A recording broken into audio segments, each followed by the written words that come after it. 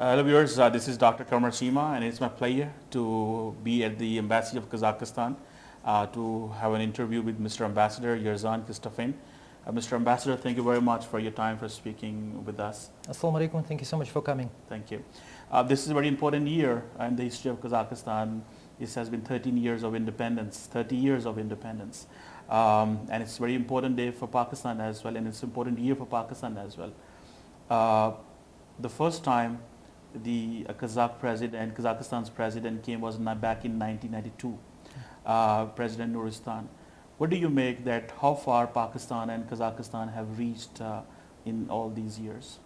You know, in general, I must say that as far as our political dialogue is concerned, we have developed a very good relations. Our leadership, they meet on regular basis.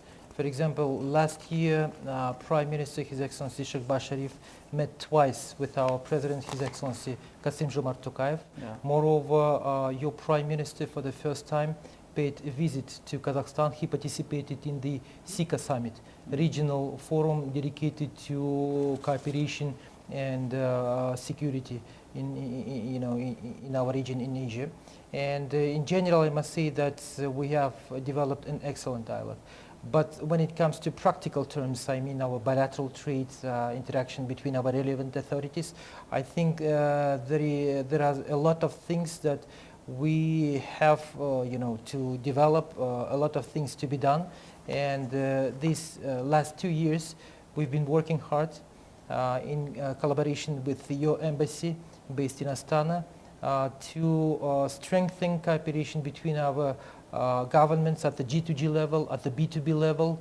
We also have big plans for developing so-called sports diplomacy, cultural ties and many other things. So whenever we discuss bilateral agenda between Kazakhstan and Pakistan, I always see that the potential is tremendous and our cooperation is a kind of complementary cooperation.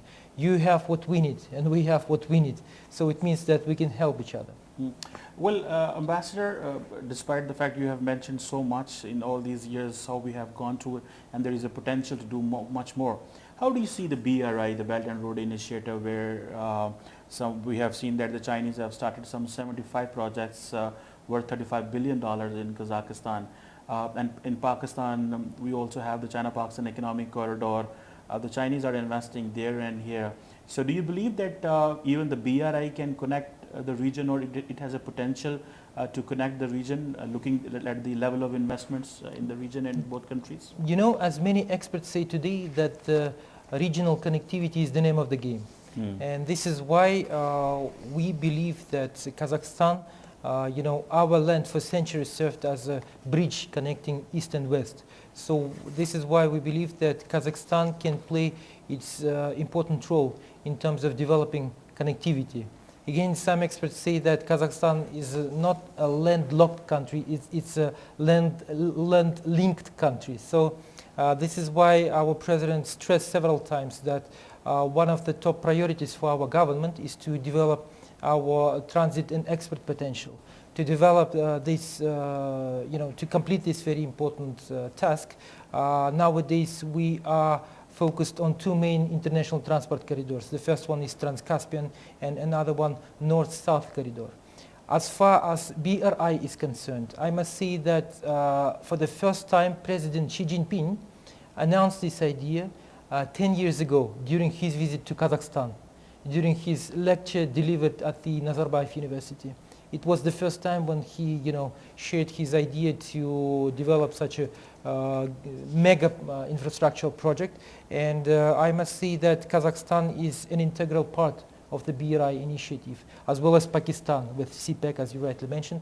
So we do believe that these projects could be interconnected. Yeah. And I always say that when it comes to developing connectivity between Kazakhstan and Pakistan, it will be beneficial not only for our two countries, but for the whole region, because Kazakhstan is located at the top of Central Asia, while Pakistan is at the bottom. And if we connect each other with each other, other countries, be it Afghanistan, Tajikistan, Kyrgyzstan, Turkmenistan, Uzbekistan, they can have benefits from this connectivity. Mr. Ambassador, Pakistan these days is going through very difficult times. I've just saw the President Kassam's State of the Union address. I read the speech, and he spoke of the 10 years of industrialization. What do you make of the State of the Union address of your president, and what did he mean by the 10 years of industrialization, and what Pakistan can learn from that? President said that this program would be a citizen-oriented program. So the main idea is to develop our industrial potential.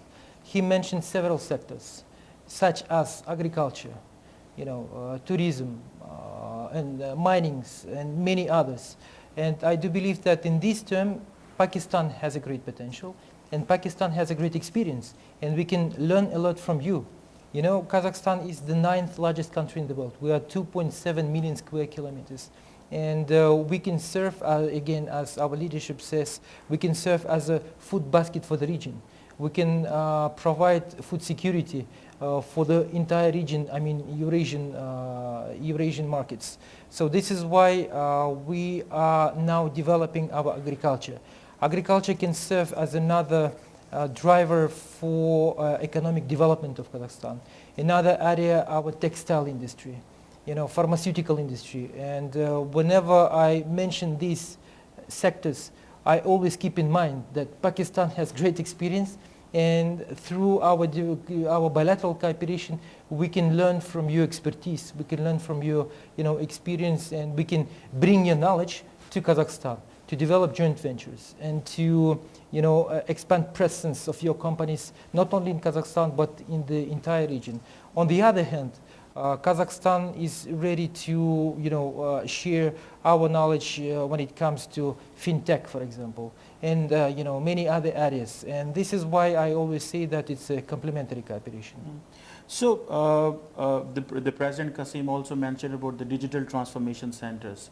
What are those centers, and how the youth in Kazakhstan is getting involved there? In fact, at the platform of the Astana International Financial Center, several years ago, we established so-called regional IT hub. And nowadays, this platform serves as an example for developing IT industry.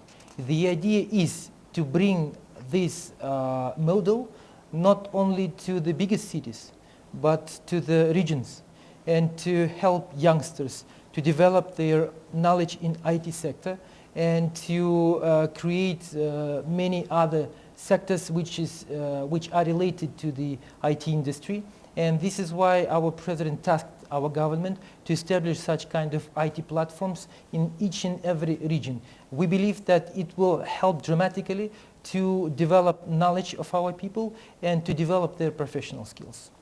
So, Mr. Ambassador, we have 65% youth in Pakistan, which is about, we can call the 120 or 30 million youth. So, how the youth in Kazakhstan and Pakistan, what are the opportunities for them to collaborate and engage? And also, if you can tell us that in which capacity the Pakistani youth has been there, either they're traveling for study purposes or for tourism. So, please do let us know. During these 3 decades of our independence, hundreds, if not thousands, of Pakistani citizens have graduated from our universities.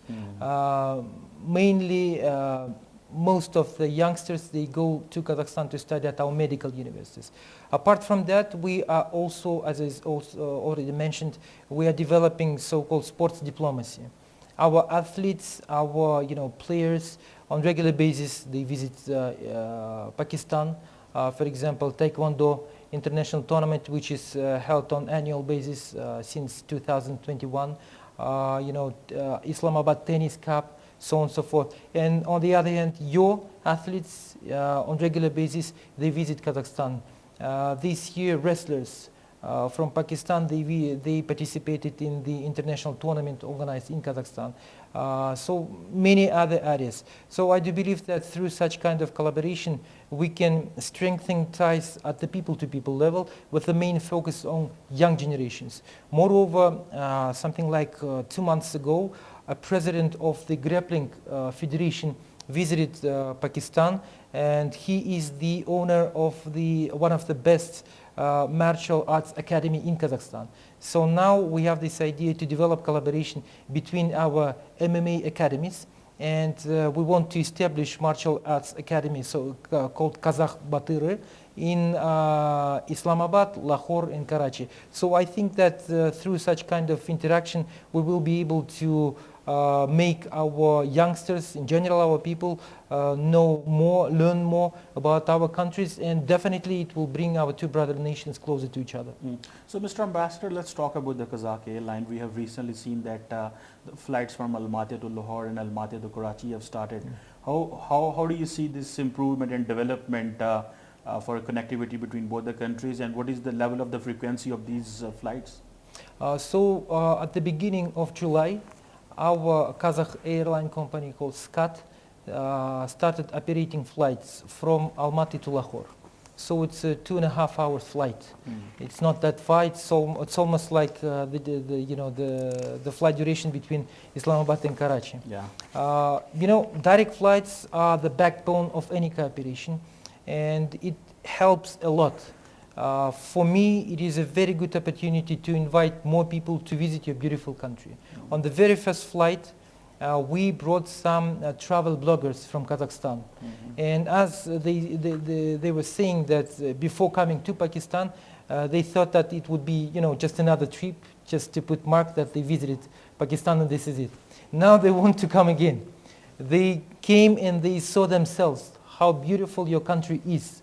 And they were really amazed. Lahore is such a great historical city with such, many historical sites, such a great historical heritage. So we do believe that it will be extremely, extremely interesting for our society. And on the other hand, again, on the first flight from Lahore to Almaty, we had something like 40 business people, including business women. Most of them visited Kazakhstan, for the first time. And as they see, it was a kind eye-opener for them. They didn't know the real potential that we have in terms of developing cooperation. Recently, people from the TCS company, NLC company, and many other big companies, they visited Kazakhstan. And now, as they say, they are ready to develop cooperation. So this is, I would say, benefits of direct flights. Because for business people mainly, when it comes to traveling, time is money. And when you have just traveled 2.5 hours, it's almost nothing.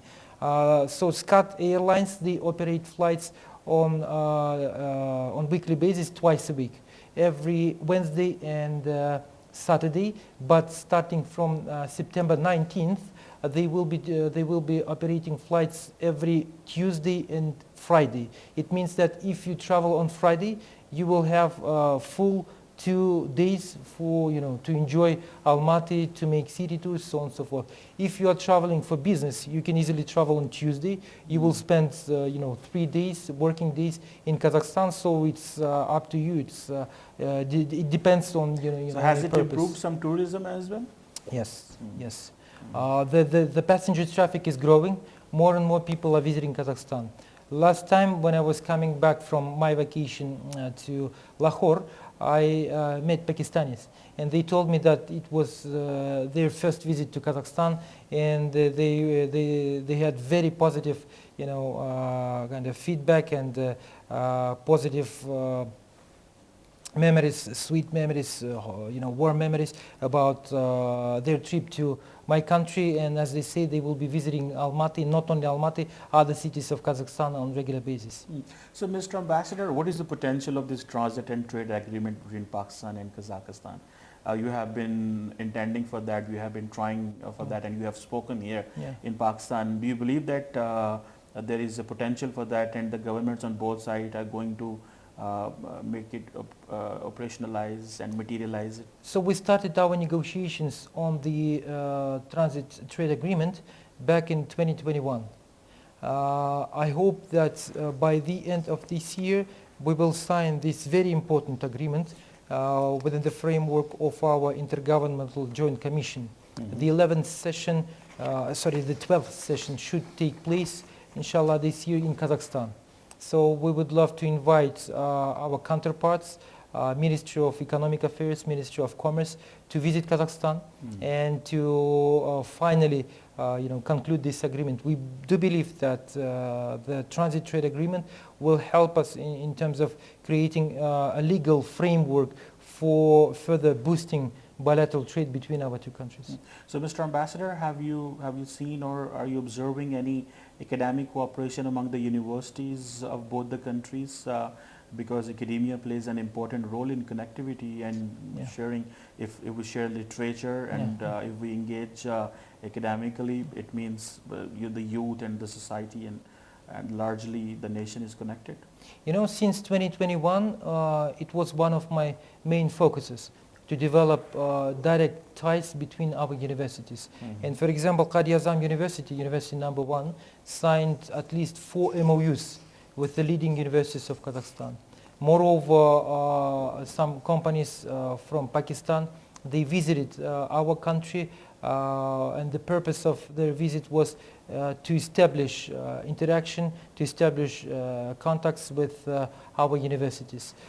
This year, next year, we will be continuing this very important activity, and I think that if not this year, for sure next year, we want to arrange a visit of the leading universities of Pakistan to Kazakhstan.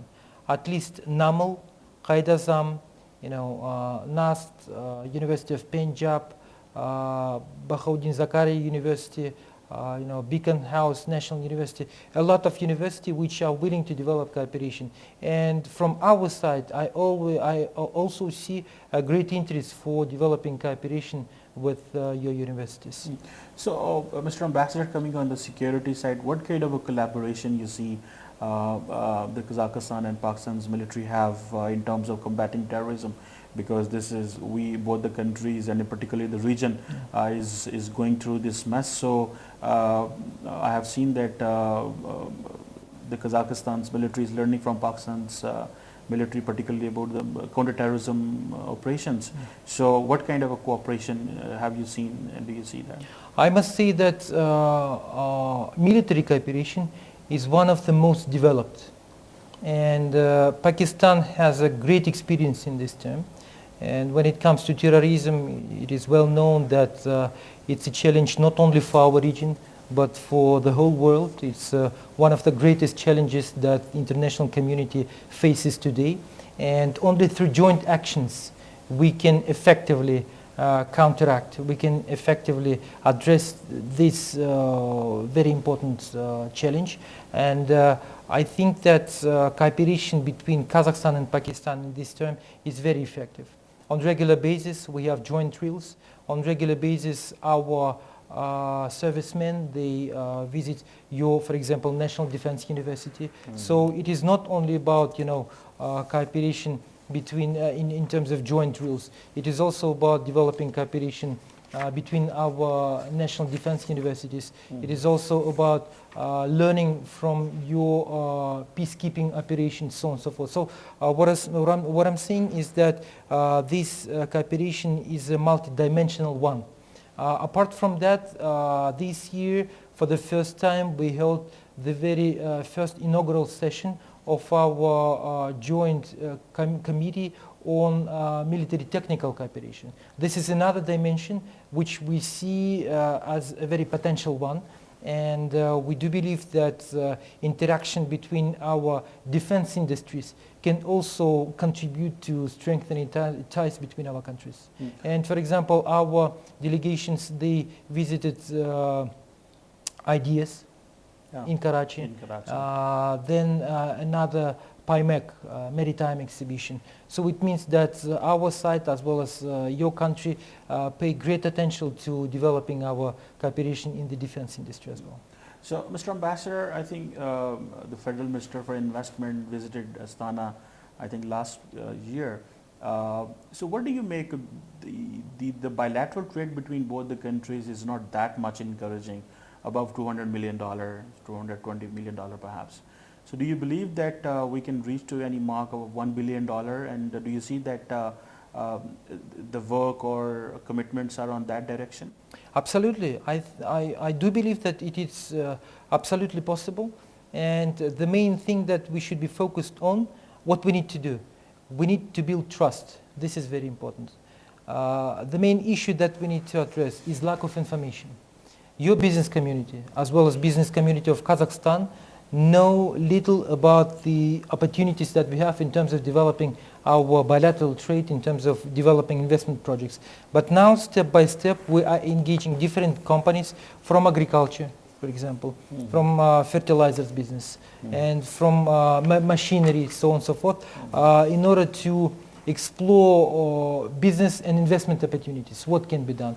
On regular basis, we invite Pakistani companies to visit our country, to visit Kazakhstan. We are arranging for them meetings with our national companies, namely Kazakh Invest, Kaz Trade, our national chamber of commerce and industry, to make them see what we have in Kazakhstan.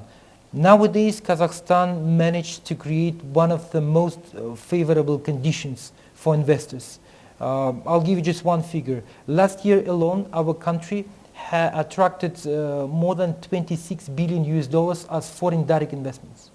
Within the last 3 decades, we have attracted more than $400 billion.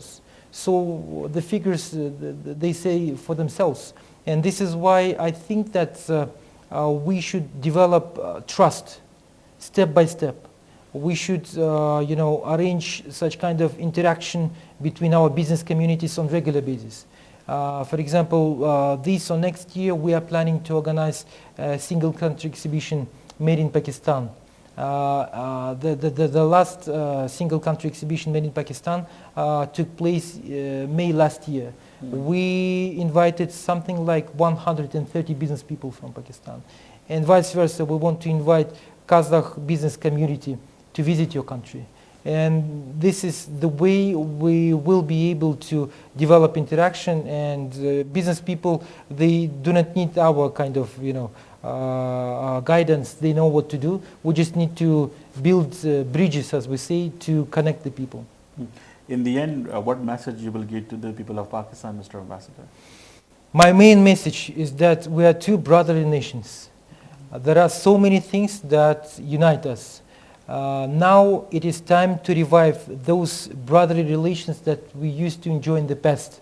And we should work hard to connect our region, and we should work hard to develop cooperation between our countries, not only for the benefit of Kazakh and Pakistani nations, but for the entire region. We know that we consider Pakistan as a great regional power, and Kazakhstan is the leading country in the region. So it means that if we join our hands, it will be beneficial for the entire region.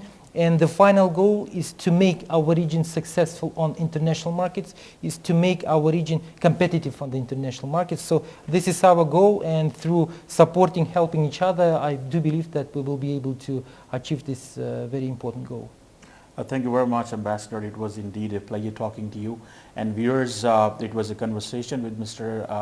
Ambassador Yerzhan Kistefan of Kazakhstan, and you have heard that how Pakistan and Kazakhstan are moving on. Since Mr. Ambassador has been in Islamabad, he's very active. He's engaging with the Pakistani stakeholders, and we believe that particularly the economic relations between both the countries, they need to improve.